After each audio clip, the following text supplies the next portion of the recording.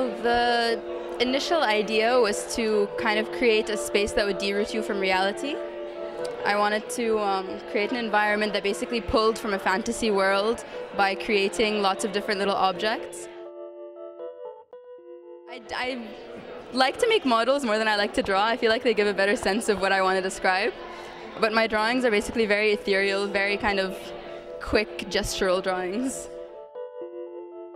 I'm a big fan of kind of just leaving reality and going and exploring different spaces and just derooting our sense of reality, kind of.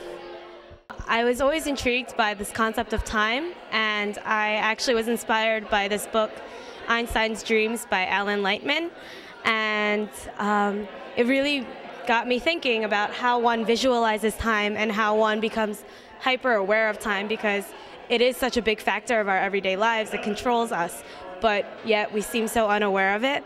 So I wanted to create an installation piece where people would become hypersensitive to their physical presence and the physical awareness of time. The outside represents the chaos of time, and one has to penetrate this wall of heavy, dark, like the forebodingness of time, to walk into this space where you step into this hourglass figure. The top of it is represented by these white fabrics that represent the future, and it's supposed to be dreamlike and light and hopeful, where the viewer is allowed to stand on the bottom mirror, and their physical presence becomes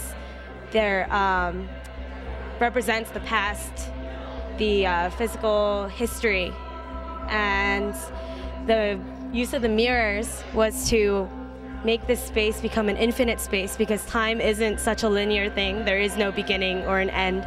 It's this infinite entity, so I used mirrors to represent that. It took many, many hours. I was here for 3 days. I had a lot of help from the arts department faculty and the gallery assistants here. I couldn't have done it without them. It took a lot of time. For me, this piece is like a black hole of time. It sucked it all up, but it was a really rewarding experience.